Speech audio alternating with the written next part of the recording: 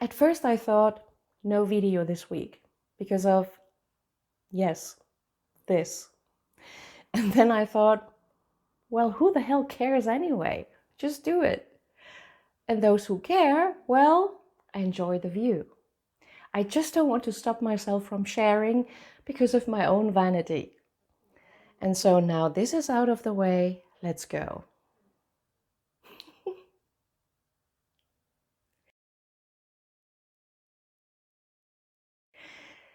So imagine you are walking down a dark, maybe just dimly lit street, and there are bushes on either side. It's pretty quiet, and you think you are alone. But then suddenly you hear some leaves rustling. And of course your heart drops for a moment, and maybe you even start shaking a bit. Your mind starts racing. What would be your first thoughts? So let's say there are only two options available to you. I know there are tons of them, but let's just say there are two for reasons of simplicity. So behind the bushes, there could be a wild bear lurking, just waiting to jump on you. Or it could be a white, fluffy little cute rabbit.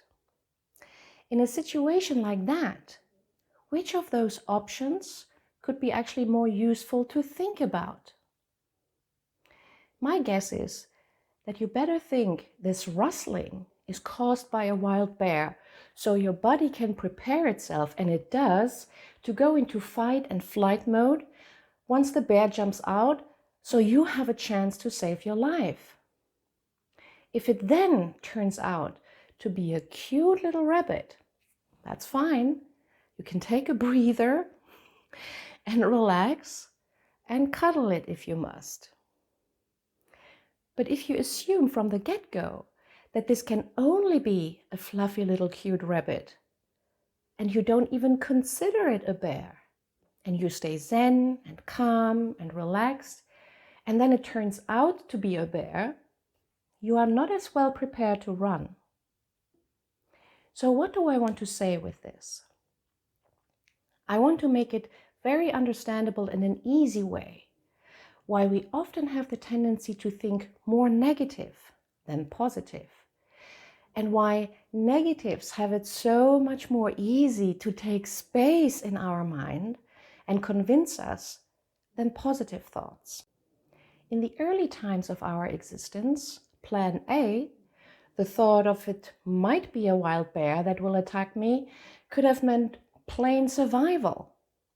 If I would have just assumed there are fluffy rabbits everywhere that do no harm, I'm sure that I wouldn't have survived for a very long time in the wilderness, so to speak. That doesn't mean, on the other hand, that we should always be on high alert and only assume the worst to be fine. I just mean that this is what the brain does, and there's nothing wrong with us. Now, times have changed, of course, and we are not living in caves in the wilderness any longer. Our life is far less dangerous and a real threat to our lives than it used to be. So we can adjust this very old pattern we have to the times we are living in now. Neuroscience showed that our brain is always changing. Till the end, our brain has the capacity to learn, relearn, and unlearn. It's called neuroplasticity. We are not stuck with our patterns. We can change them. When we use certain neural pathways on a regular basis, we create habits and automatisms, so we don't have to constantly think consciously about our next move. We just do. I like to describe this to my clients as walking in the forest. If you always go the same way, you create a path with time, and that path is visible and becomes really stable. But now you would like to try something new, and you would go a different way. You would like to go a different way. And you can do it once, you can do it twice, You can even do it 3 times and there won't be much to be seen. But if you go on that new path regularly, you will create a different path and the old one will disappear because obviously you don't need it anymore. That is how we unlearn and change habits and learn different behaviors and different ways of thinking. And our brain is on our side with it. So that's the good news. It's okay to have negative thoughts, and it's okay to worry from time to time, to ruminate and design 3D blockbuster movies in our minds about how bad everything is going to end up.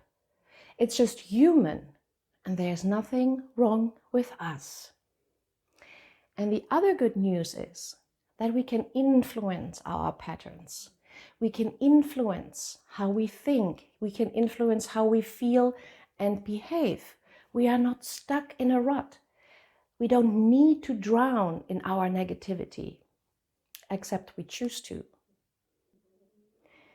So now we were growing up in certain environments and learned certain ways of thinking about the world, about ourselves, about others. And sometimes that is still really useful, and sometimes not so much. And oftentimes we are not even aware. We just are. We just say and we just do without noticing what we are actually saying and doing. And sometimes we kind of are aware, but have no clue why this even matters. We just repeat what we were told about how things should be, how others should behave, how life should look like, and how we should be and behave. We don't even question it.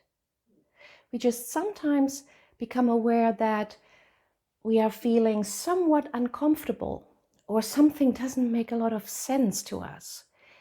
And even then, some of us still give in and do as we were told, rather than try something new or something different. That's how dreams can get buried.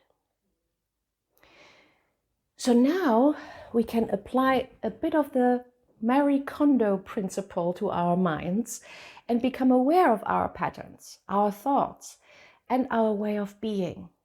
We can look at it and begin to ask ourselves if those thoughts that we are having or this behavior are actually something that brings us any good.